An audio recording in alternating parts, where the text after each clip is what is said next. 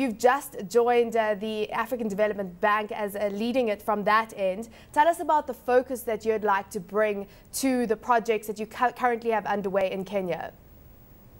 Yeah, thank you. In Kenya, my predecessor had taken the bank forward as far as infrastructure development is concerned. And at this stage, we stand at about 57% of the portfolio being devoted to infrastructure and accounting for about $860 million.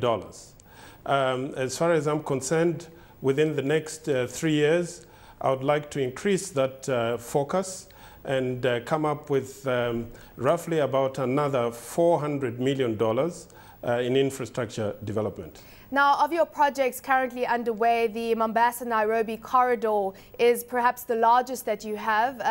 That is a loan there of $187 million. Just give us an update on that project and when it's expected to be completed. Well, the Mombasa-Nairobi project is expected to be finished in about another 13 months' time. But in fact, it's not the largest. The largest we have is the Thika Road, which is intended to decongest Nairobi. That, of course, is key given the issues around congestion in the heartland of the city.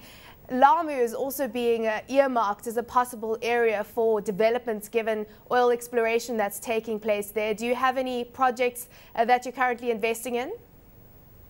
Yes, as far as Lamu is concerned, we haven't firmed up our investment plans, but we definitely are interested, and the government will be going to our head office within the next month to try and firm up plans. This is a huge project, and will be one of the players that will be financing it, and we are targeting our private sector arm. The investments I've been talking about are the public sector, the $8.5 million that the African Development Bank has invested. But the private sector is going to be involved in Lamu. So you're looking to partner with the private sector, and of course you have these current loans with the government. Going forward, given the concerns that the government has with balance of payments and forex reserves, are there any concerns about repayment of these loans? No, not at all. Actually, the government's debt levels are quite within at about 47. It's within the targets which the government set themselves. And we are very confident about debt management in Kenya. By the way, when I talked about Lamu, we have the African Development Bank as a private sector arm, which is going to invest in Lamu. And which private sector players are you looking to invest with there? There are a number. At this stage, it's in a state of flux, but there are a number of players that are interested because of the size. It's a huge project, and it's going to take a number of years. Which areas, of course you've got the roads predominantly where you're investing with government, but when it comes to Lamu, will it be across the board investment in infrastructure specifically? Yeah, we would specialize. We are very good at roads, so that's an area where we would definitely like to be involved. But as you know, the port provides opportunities for our private sector wing of the African Development Bank being involved because of the opportunities of special purpose vehicles being put in place. Now, looking at the roads that you're currently building, the focus really appears to be on enhancing the integration with the rest of the region. What type of benefits do you see stemming from the road infrastructure that's currently underway? A number. Actually, for example, you take the current drought, which is affecting the region. The main reason is accessibility.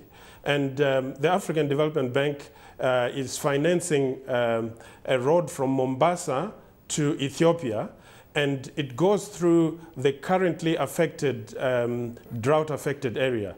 And once that road is completed, agencies that help to bring food would have easy access, and also the development of the area would be much easier.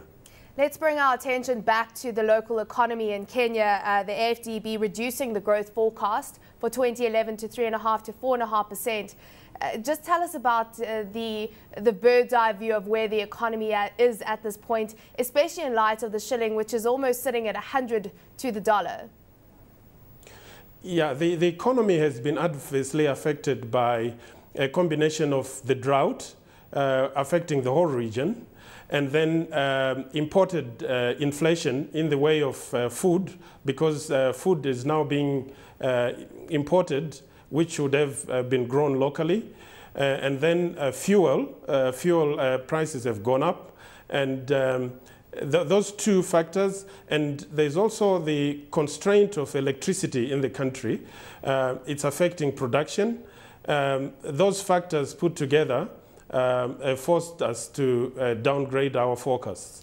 Do you think there's a space in Kenya for further monetary tightening? Of course, the Central Bank of Kenya increasing the lending rate by 75 basis points at that unscheduled meeting last week.